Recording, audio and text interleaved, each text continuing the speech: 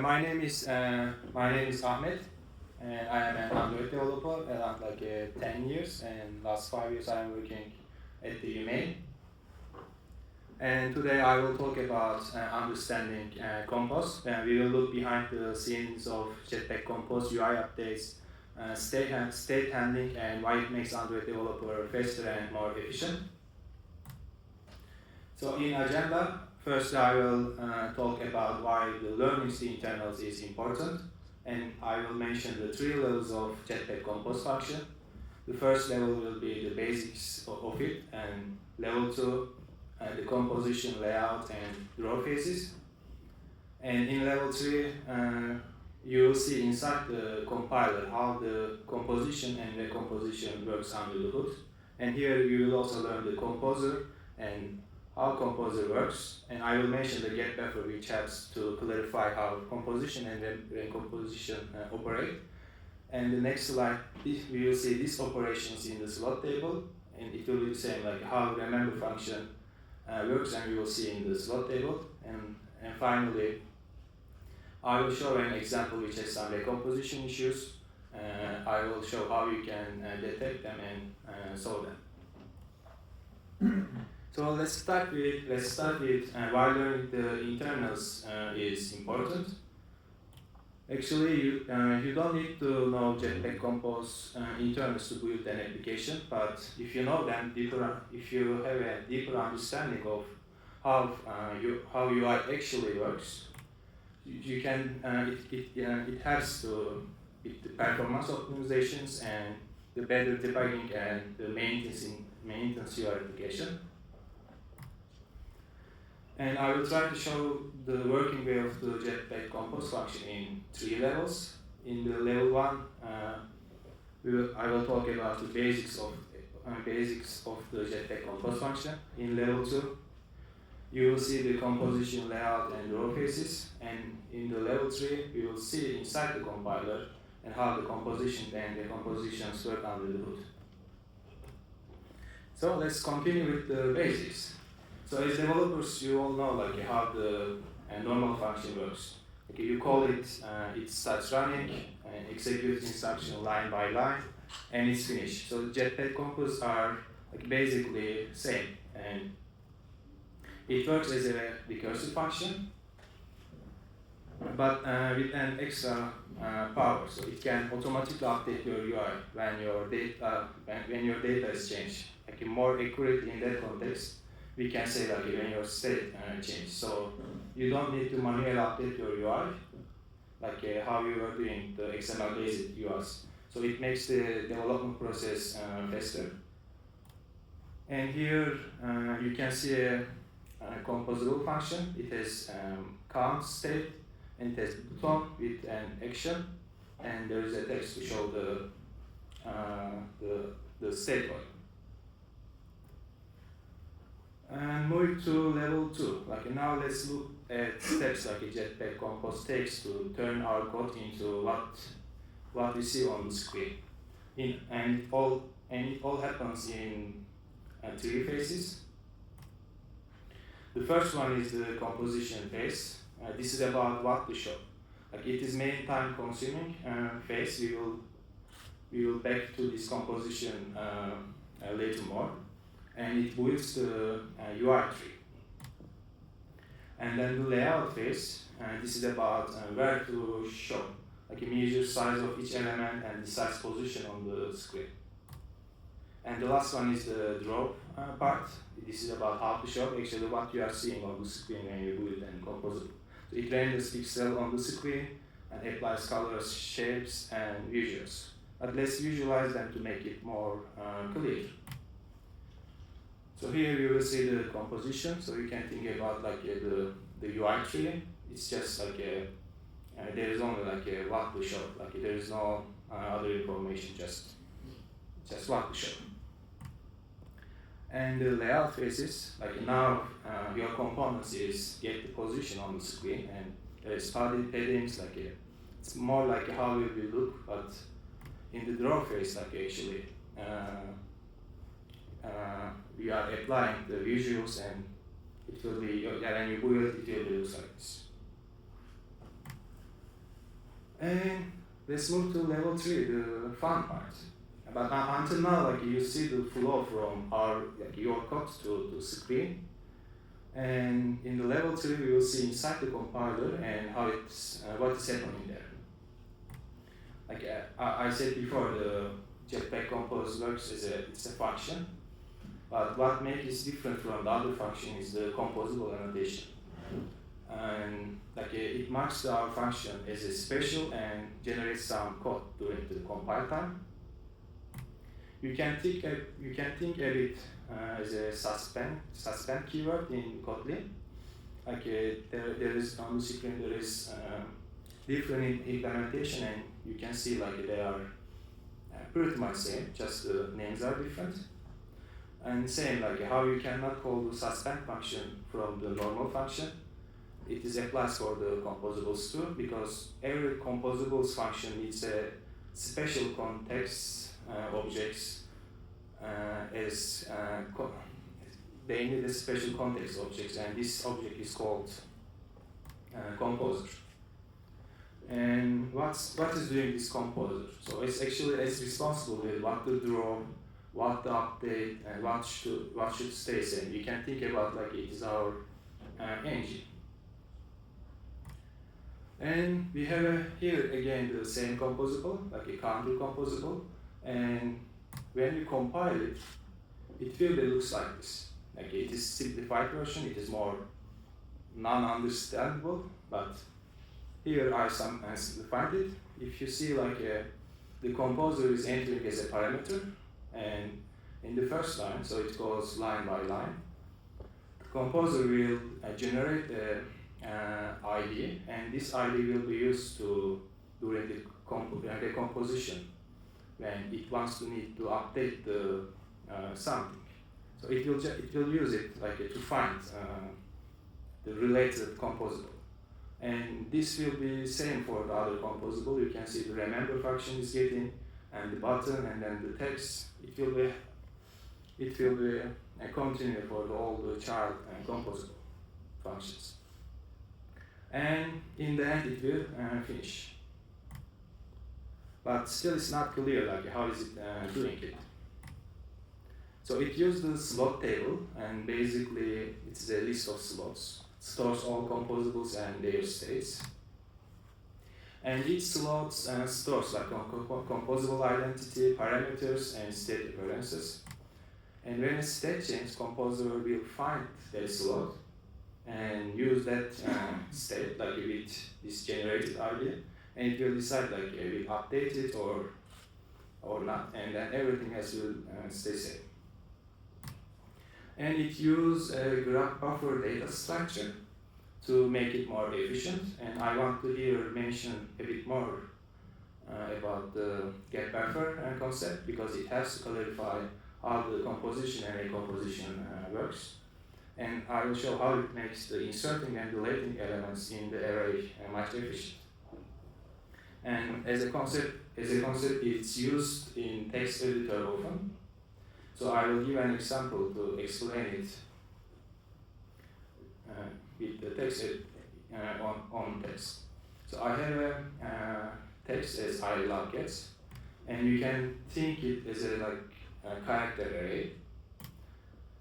And here I want to add more words here, more character. Here there is a 5, and our sentence is too small, but we can imagine bigger datas, and for every character we will shift the rest of the characters in the array or the text.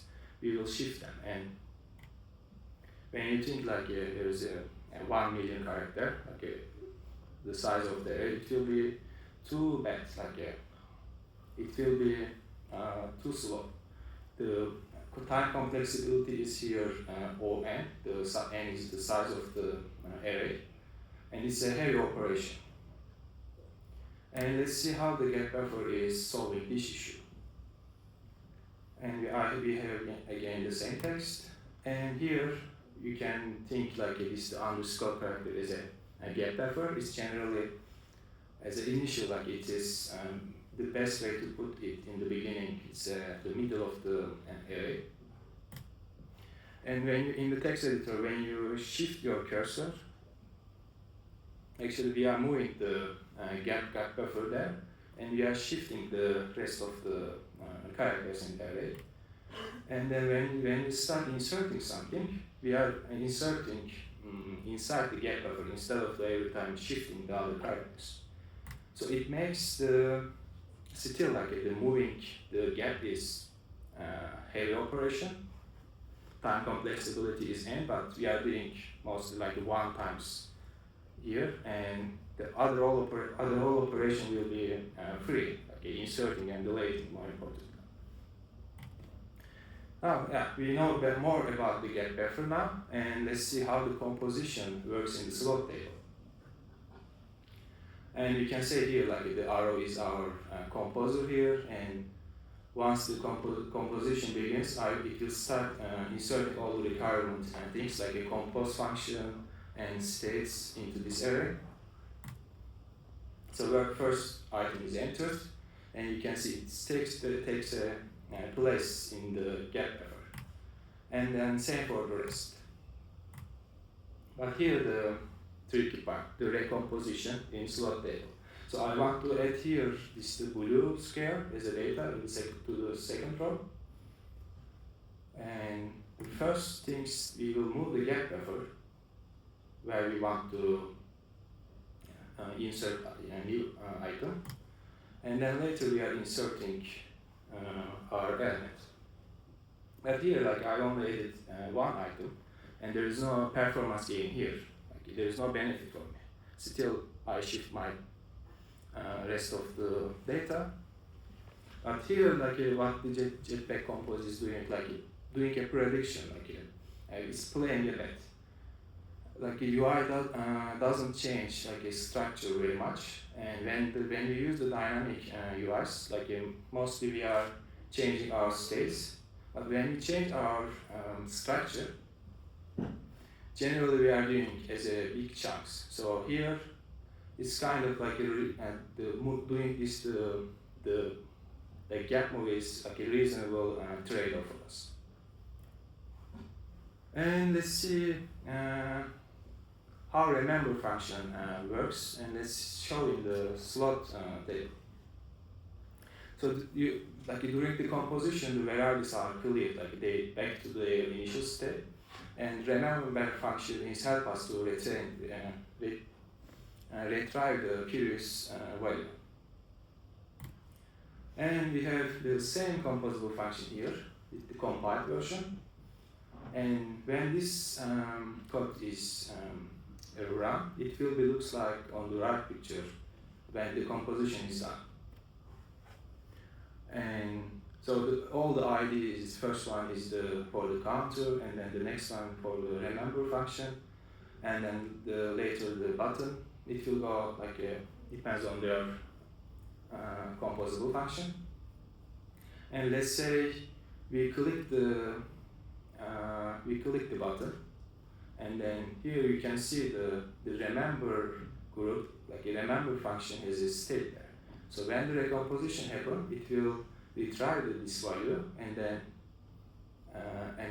use it. So you won't lose this value during the recomposition.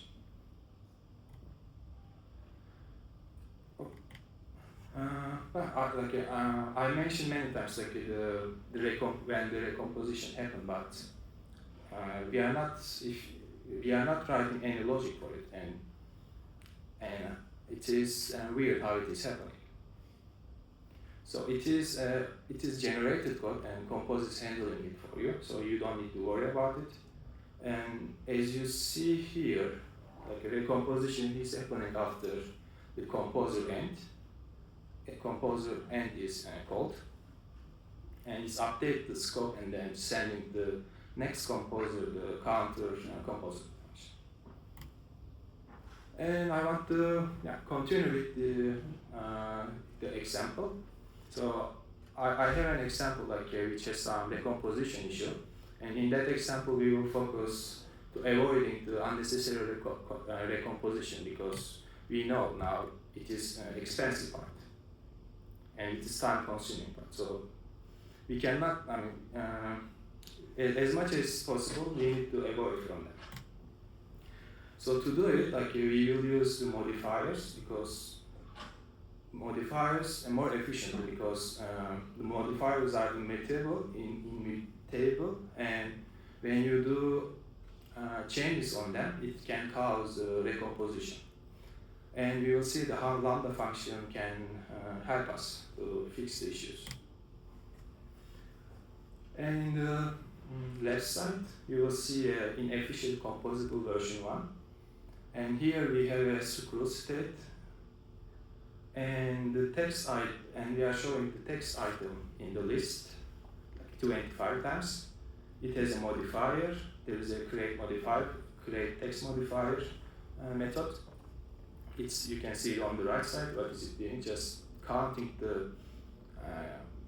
how many times the modifier is created, and doing nothing more. And then the text item is getting the scroll of state as a parameter and then showing on the UI.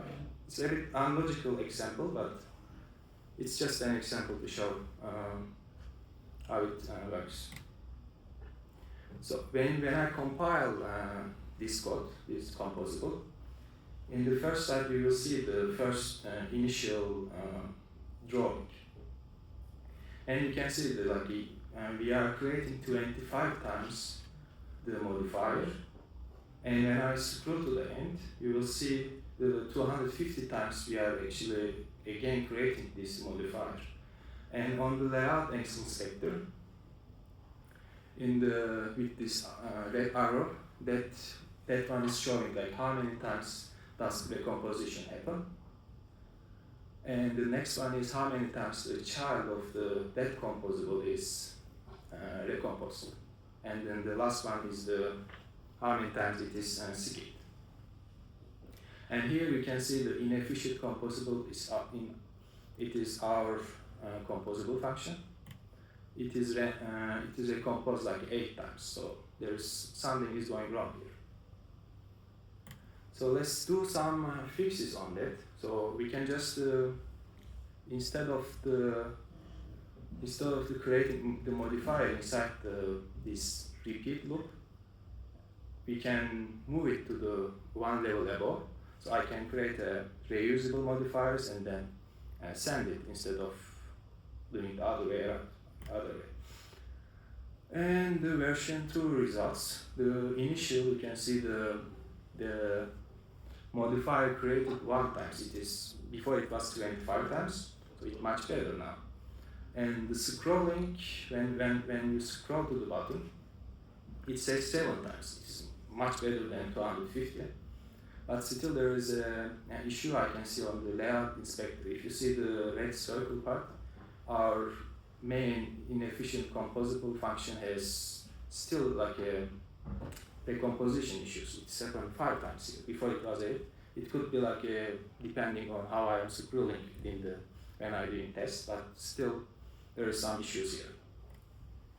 So let's do the further changes. I said we can use the lambda function to fix some issues. So let's apply it.